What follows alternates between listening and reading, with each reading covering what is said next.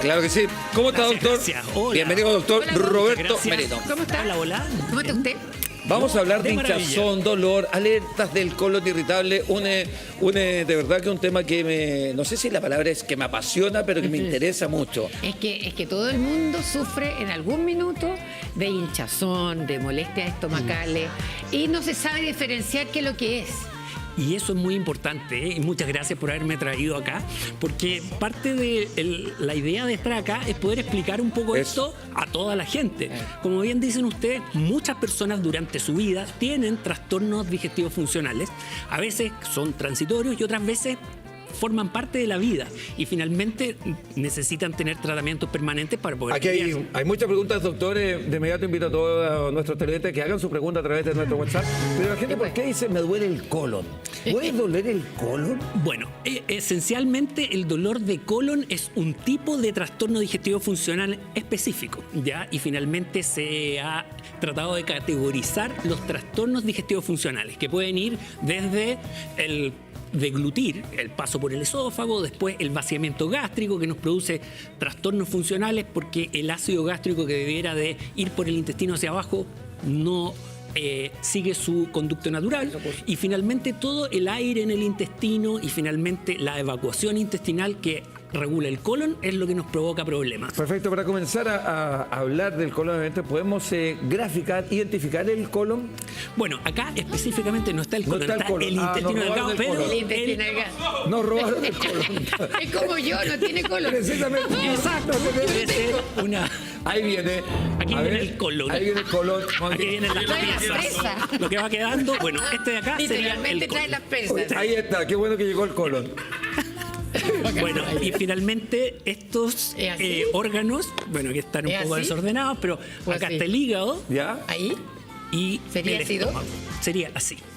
más o El menos. problema es que faltan los ganchitos como para... No, pero lo podemos Ya, identificar pero ahí nomás, ahí, doctor. Ahí está. Ese es Básicamente, el colon. este colon tiene una distribución que es por la periferia de todo el abdomen. Ok. Entonces, característicamente, la gente tiene más dolor en el intestino grueso y por eso se ha llamado genéricamente colon irritable, pero ahora sabemos que muchos de los síntomas están provocados por el intestino delgado. Ajá. El movimiento intestinal normal, la mala propulsión del aire intestinal y un fenómeno que no lo tienen todas las personas, porque hay un grupo de personas, 40% del mundo, que siente dolor en el intestino y hay otro porcentaje del mundo que finalmente tiene Ese- como denervado del intestino. ¿Ese dolor es un dolor constante o son puntadas? En general, el Que proceso llaman de dolor a los cólicos. Claro.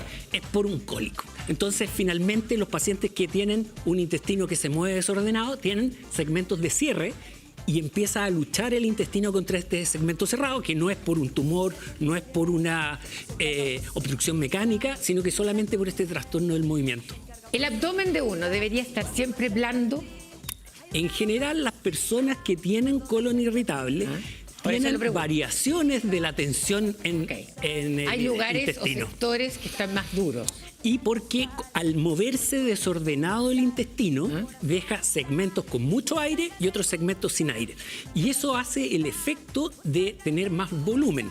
Ahora que tenemos posibilidades de hacer estudios diagnósticos en las personas hinchadas respecto de las no hinchadas, la diferencia total de aire intestinal no es tanta, sino que lo que tienen principalmente es el aire intestinal mal distribuido. No está a lo largo de todo el intestino, sino que está como acumulado Ok. en ciertos segmentos. Básicamente, una persona que come algo dice, uy, me hinché, obviamente tengo hinchazón, se hincha. O está este aire, ¿en el estómago, en el intestino o en el colon? Bueno, todo el intestino, desde el estómago y el intestino, tienen una proporción de aire y de contenido líquido, el alimento, las enzimas digestivas. Entonces, finalmente, la mezcla de todas estas cosas es la que nos va provocando los síntomas. Ajá. Doctor, una pregunta que tiene que ver con un porcentaje de la población que yo creo que usted debe manejar a lo mejor los porcentajes, pero las personas que son operadas bariátricas, ¿sufren más del colon al tener una manga, al tener un bypass? Bueno, no necesariamente. Como les decía, hay algunas personas que tienen la percepción sensitiva del intestino más aumentada que otras. Y eso se puede probar desde el punto de vista científico. Hemos hecho algunos estudios que inflar un balón dentro del intestino y hay algunas personas que sienten dolor y otros definitivamente no sienten Doc, nada. Estos molestias intestinales están también relacionadas con el estrés, con los nervios. Bueno, Buena pregunta. ¿por qué existe el trastorno digestivo funcional o el colon irritable? Así como muchas cosas en la medicina, no se sabe. Entonces, finalmente, transmitir un poco esa incertidumbre que, no, es que debe ser porque te pones muy nervioso, debe ser porque comes mucho. La verdad, la medicina en todo el mundo no sabe por qué. Entonces, hemos ido avanzando en algunas cosas que pueden aliviar y ser causa importante en algunos pacientes. Porque, por ejemplo, sí, las bacterias intestinales. Por ejemplo, unas comidas que no quedan totalmente digeridas. Por ejemplo, esta sensibilidad intestinal a veces muy, muy aumentada que hace que solo el movimiento intestinal normal les provoque dolor. Claro, pero la pregunta de la Pauli tiene que ver con algo muy popular también, que uno dice, por ejemplo, me pongo nervioso y me dice, uy, me dolió la guata, me dolió la guata de nervio. Entonces, eso puede venir ocurre de algo de ahí, porque eso es muy de muchos años, o sea. Sí, pues yo siempre digo que el intestino está inervado por un sistema que se llama autonómico. Es un sistema nervioso que es lo mismo que inerva el corazón, que cuando sentimos un bocinazo por la espalda, el corazón se acelera para prepararnos para la emergencia. Y eso mismo ocurre en el intestino. Entonces, frente a situaciones de estrés, frente a situaciones de incertidumbre, estas descargas adrenérgicas pueden provocar movimientos intestinales anormales. Y son respuestas fisiológicas. Entonces, no controlables con la voluntad de la gente, porque es como tratar de controlar los latidos cardíacos. Nadie puede hacerlo. Tampoco nadie puede controlar los movimientos intestinales. Hay alimentos también que provocan más movimientos intestinales. Exacto. Y ahí caemos en una línea de alimentos que hemos identificado como que son los que producen más síntomas digestivos. Y esos son aminoácidos, o sea, son hidratos de carbono de cadena media, que son los fermentables. Entonces, que las personas habitualmente los comen y sienten que este trastorno del movimiento se les agudiza mucho. Ajá. Por eso esto es una mezcla de cosas. Porque esas personas, cuando no comen esos alimentos, pero están nerviosas, también les ocurre. Y finalmente, cuando, por ejemplo, cambian sus bacterias intestinales, también pueden tener síntomas, sin estar nerviosos y sin haber comido nada. Entonces, por eso, que esta es una enfermedad muy común, y yo me refiero a ella más como una condición, porque en general no refleja una enfermedad que vaya a acortar la vida de los pacientes, no predispone a tener cáncer, no predispone a que se obstruya el intestino, sino que uno tiene muchos síntomas que son muy molestos, pero que hoy por hoy tienen manejo y tienen solución. Doctor, bueno, quiero hacer un llamado para que todo el mundo pueda mandar su WhatsApp a las preguntas del doctor, los comentarios del tema que estamos hablando, así que está abierto ahí nuestro WhatsApp, ahí está el número para que usted se comunique con nosotros. Doctor, le quería preguntar acerca de los síntomas. Por ejemplo, ¿dónde yo podría tener un problema en el colon? No sé si es que, ponte tú, tengo diarrea muy seguido. ¿En qué minuto yo tengo que ir donde el doctor si tengo diarrea una vez a la semana, o esto se hace sostenible, o tengo como estas ganas imparables de poder ir al baño? ¿Cuáles son los síntomas? Bueno, en realidad los síntomas digestivos funcionales son muy comunes, los tienen muchas personas en el mundo, pero finalmente hay algunos síntomas que son de alarma de tener alguna enfermedad que puede ser más complicada. Sí, como por ejemplo la enfermedad inflamatoria intestinal, el Crohn, que la diarrea además se acompaña de fiebre, baja de peso, sangre. Entonces, todos esos elementos, o una persona que nunca tiene dolores de abdomen y empieza a tener dolores de abdomen a los 60 años. Entonces, esos son síntomas de alarma. Baja de peso, este cambio del hábito intestinal y, como tú bien decías, la diarrea prolongada muchas veces es provocada por este trastorno del movimiento. Es muy irritante.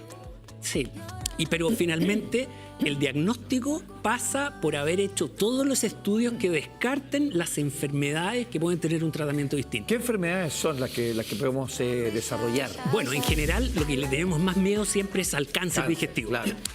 Y yo acá quería hacer un punto importante para poner harta relevancia. Lamentablemente, los tumores digestivos no producen síntomas.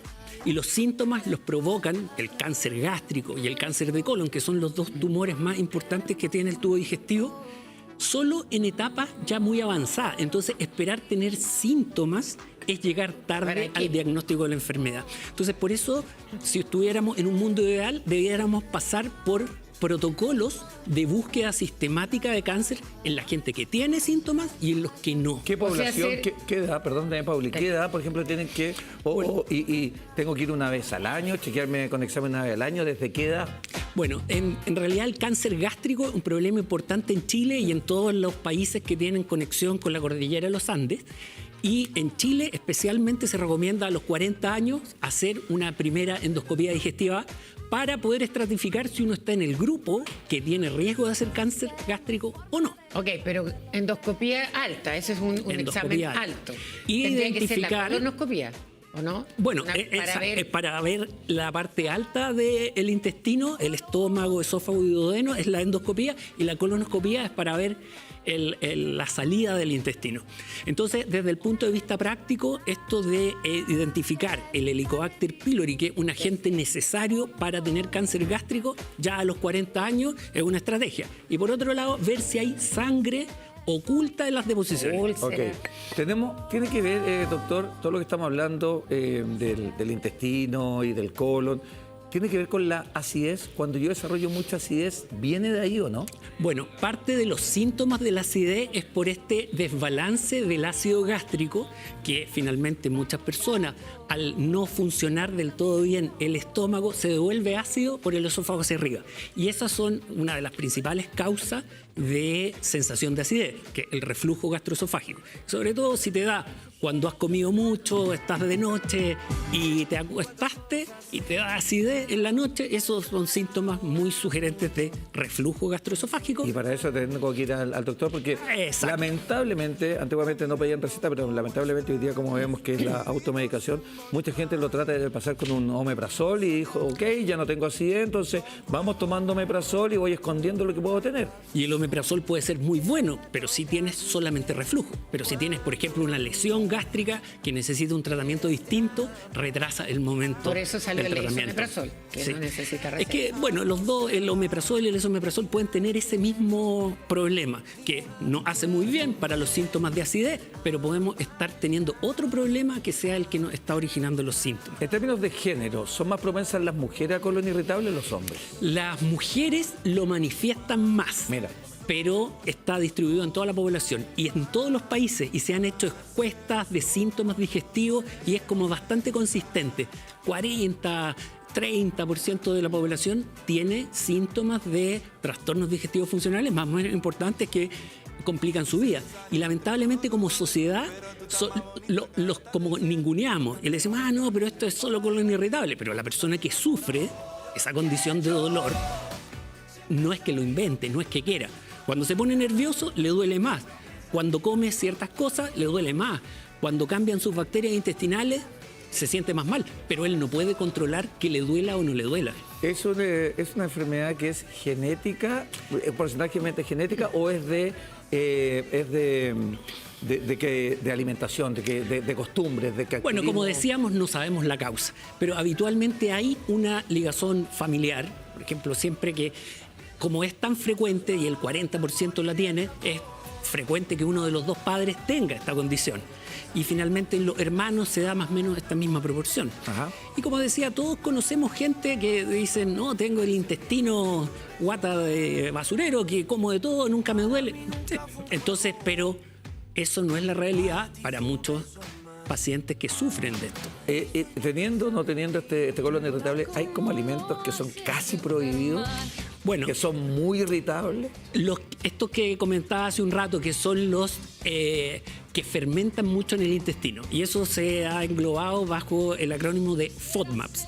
Los FODMAPs son alimentos que en general a los pacientes que tienen este trastorno le provocan muchos síntomas. Y eso en el fondo incluye desde manzanas, peras, las legumbres, la cebolla, el ajo. Entonces, finalmente los mismos pacientes, cuando su principal gatillante es la comida, finalmente la sacan de su dieta. Claro, Vamos a ir con las preguntas de red de WhatsApp de todos nuestros televidentes. Carla Jara ya tiene algunas preguntas a través del WhatsApp, así que Carlita, leemos la primera para el doctor. Sí, mi querido Dani, oye, gracias a toda la gente que nos está mandando sus preguntas a nuestro WhatsApp. Y voy con la primera. Dice, hola, mi nombre es Sandra y quiero preguntarle al doctor si el dolor abdominal bajo tiene relación con el colon irritable. porque a mí me diagnosticaron diverticulitis. ¿Tiene relación ambas cosas? Muchas gracias. Bueno, lamentablemente hay algunas condiciones que se pueden mezclar con el dolor de colon irritable y finalmente tenemos los médicos las capacidades como para diferenciarlas. Pero los divertículos son como unos pequeños sacos que se van formando en el colon que se pueden romper. Y esa es la diverticulitis aguda. Desde el punto de vista práctico es una peritonitis, entonces tiene el dolor de irritación peritoneal, que es como cuando uno tiene apendicitis. Uno tose y le duele, puede tener fiebre, puede tener otros síntomas, pero cuando es dolor puro, a veces es difícil diferenciarlo. Los dolores tienen que, como te decía, clasificarse según la historia previa. Si es que una paciente siempre tiene dolor abdominal, siempre le duele en el mismo lado, lo ha tenido durante meses, semanas, probablemente no sea una diverticulitis aguda. Un dolor súbito, intenso, con fiebre, que está en la misma zona. Claro. El colon lo que duele, pero finalmente tiene un manejo Le distinto. quiero hacer una pregunta con respecto a eso. Diferencia entre, en el abdomen, diferencia entre dolor y molestia. Porque uno siente molestia de repente y uno no se siente cómodo. La verdad la cosa es que se siente más pesado, no se siente cómodo, hay algo que está pasando ahí, pero precisamente no es dolor. Bueno, exacto. Cuando hay movimientos intestinales anormales y, por ejemplo, cuando uno tiene una infección intestinal, uno siente que el intestino se mueve desordenado. Y hay inervación sensitiva que todos lo tenemos. Por ejemplo, cuando nos da apendicitis aguda, finalmente todos vamos a terminar sintiendo dolor. Pero hay gente que con estos movimientos anormales ya siente un dolor muy intenso y como que no le es capaz él de diferenciar de una apendicitis. La apendicitis, para una aclaración, porque Sí. tengo la duda, es la rotura de cualquier tripa. No, del apéndice. El apéndice pero está... la apendicitis, yo no tengo apéndice. Y me dio después un peritoneo. Ah, sí. Porque es la inflamación de la membrana que cubre todo Que esto, ¿no? recubre. Lo que pasa es Y que es las por- peritonitis pueden tener distintos orígenes. Ah, ok. Ahí Cualquier está. rotura del intestino puede terminar en una infección hacia el peritoneo, que apendicitis son las inflama el capas peritoneo intermedias. también, ¿o no? Pero lo característico es que la apendicitis es lo más habitual, que finalmente si uno no la detecta a tiempo, se rompe y produce una infección más diseminada. Y ahí viene la peritonitis. Y ahí viene la peritonitis. Vamos a más preguntas a través del WhatsApp, me quería Calita. Sí, Dani, tenemos más preguntas que nos llega de toda la gente, por supuesto. Dice, hola amigos, un abrazo a todos. Sandra de Quilpué, recurrentemente sufro de dolor abdominal, muy parecido a las contracciones. Me llego a doblar. ¿Será el colon? Gracias, súper buen programa. Uy, tremenda pregunta, doctor. ¿Será el colon cuando los dolores son tan fuertes y nos llegamos a doblar de dolor? Bueno, esperemos. Otra Sandra. Esto es muy común. Entonces, hay muchos pacientes que tienen esta sintomatología y, como les explicaba hace un rato, esto que se mueva desordenado el intestino puede provocar dolores. Y los dolores, desde el punto de vista científico, tiene que ver con este espasmo, cierre parcial del intestino y lucha contra el segmento cerrado. Duele el espasmo permanente, duele la sobredistensión que produce el tener un segmento no totalmente permeable y la lucha que hace el intestino. Por eso característicamente son dolores cólicos, dolores que aprieta y suelta, aprieta y suelta. Doctor, quiero preguntarle